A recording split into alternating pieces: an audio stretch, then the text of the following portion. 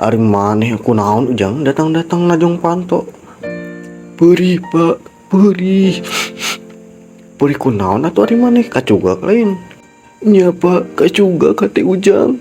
Dia ke bapak cerita, aya naon ujang teh.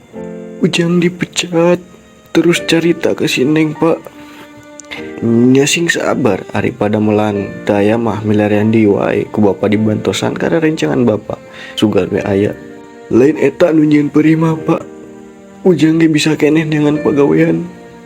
Terus naon?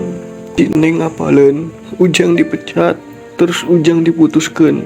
Apanan geus janji bulan hareup arek kawin jeung si Neng teh. Sing sabar jang, meurih ayeuna mah engke ge jadi peurah. Cik dangukeun bapaknya. Nya pak. Fakta menarik jang lalaki.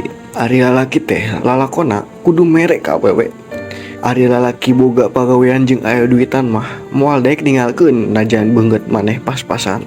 Tapi ari lalaki beungeut pas-pasan beri jeung eueuh duitan, awewe ge eueuh alasan jang bertahan ujang. Terus beungeut ujang pas-pasan beri jeung eueuh duitan kitu pak. Duka tuh. Coba ngaca di kamar.